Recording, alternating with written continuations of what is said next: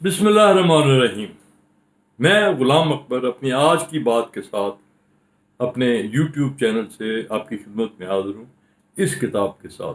आप नाम पढ़ लें इसके, the march of folly by W Barbara Tuchman. ये खातून अमेरिका की सबसे बड़ी हिस्टोरियन है।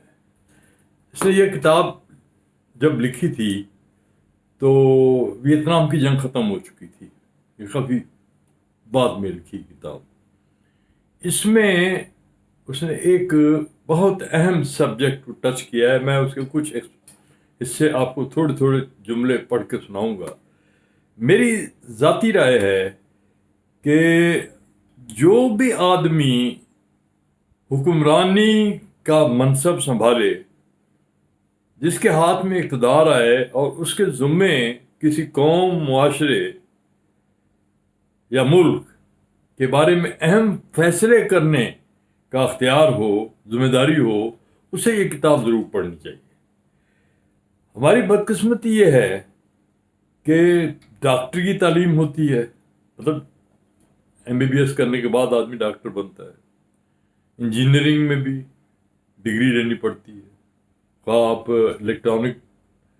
इलेक्ट्रिक इंजीनियर बने या मैकेनिकल इंजीनियर बने या सिविल इंजीनियर बने, आपको डिग्री पूरा कोर्स करना पड़ता है। डिप्लोमा भी होते हैं और डिग्रियां भी होती हैं और PhDयां भी होती हैं। जो बड़ी कंपनियां हैं वो ज़्यादा क्वालिफाइड लोगों को हायर करती हैं।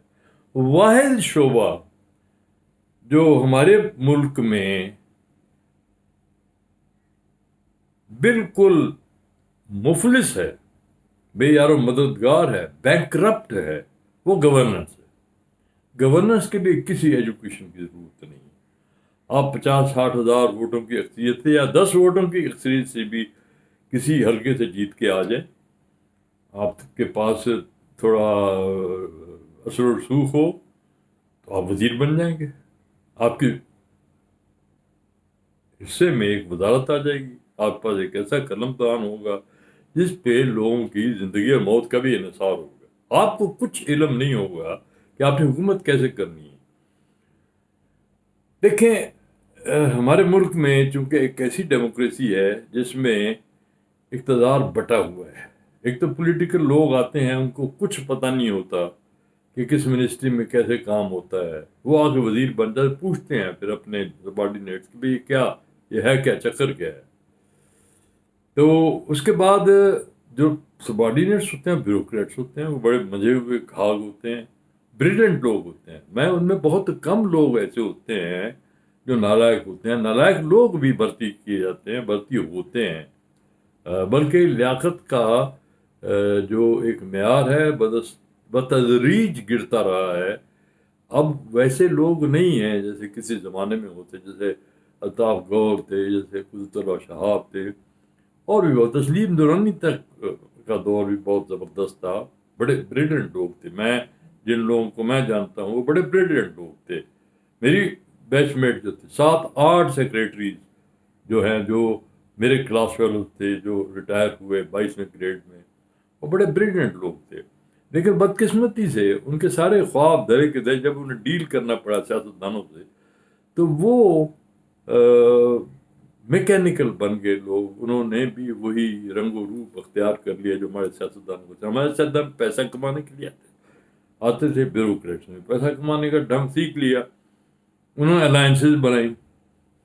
ये एक बड़ी बदकिस्मती की कहानी है। लेकिन मैं आज मुताला आपके सामने ये किताब पेश कर रहा हूँ। दोबारा देख लें इसको, द मार्च ऑफ फॉली। अब इसका जो पहला चैप्टर है मार्च ऑफ फॉली का, वो है बड़ा मज़ेदार है। वो उसका उन्वान है, ये पढ़ लें,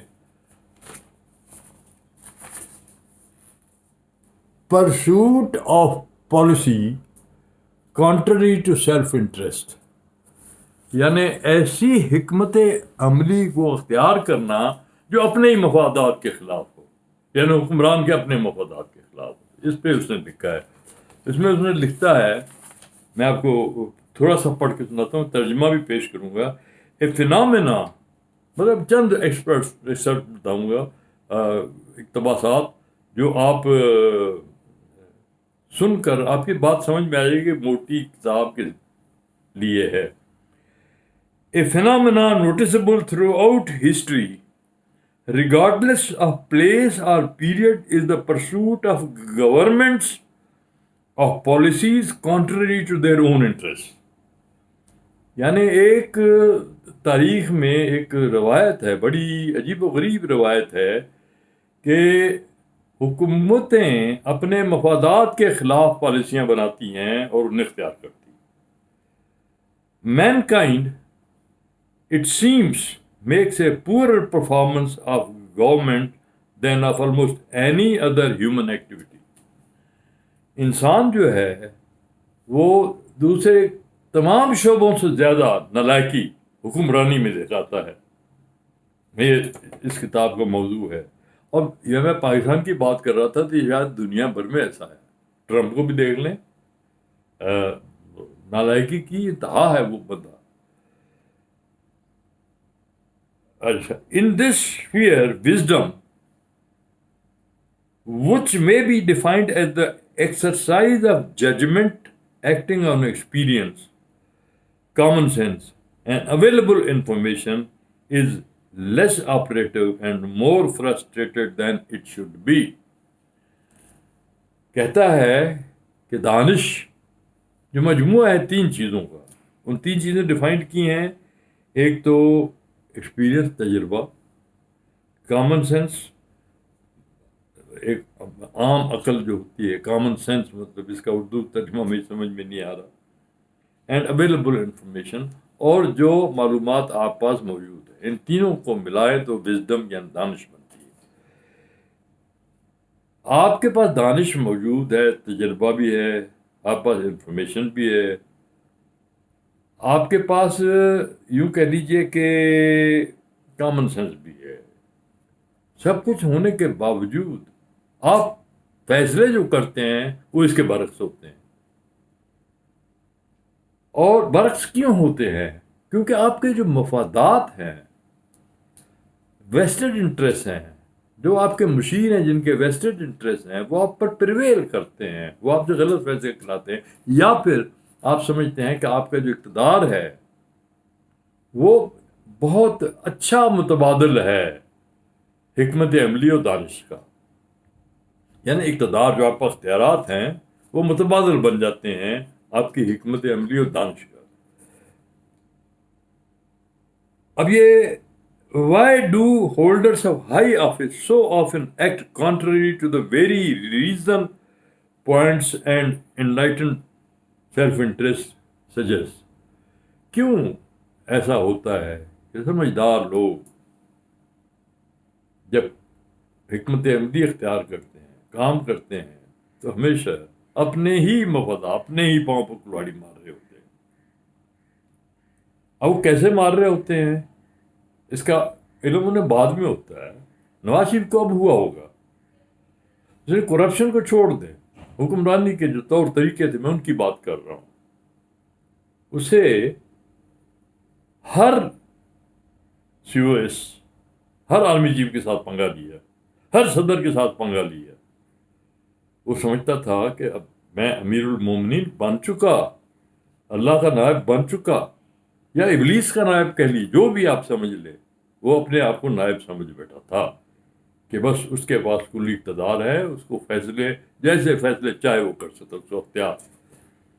اور یہ صرف نواز شریف تک محدود نہیں ہے. یہ المیہ میں سمجھتا ہوں کہ اگر اس کے خلاف بند نہ باندھا جائے، اس سوچ کے خلاف، تو یہ اچھے سے اچھے آدمی کو لے ڈوب سکتا ہے. میں اس سے آگے کچھ نہیں کہوں گا. میں سمجھتا ہوں کہ اگر میں عمران خان ہوتا تو یہ کتاب ضرور پڑھتا.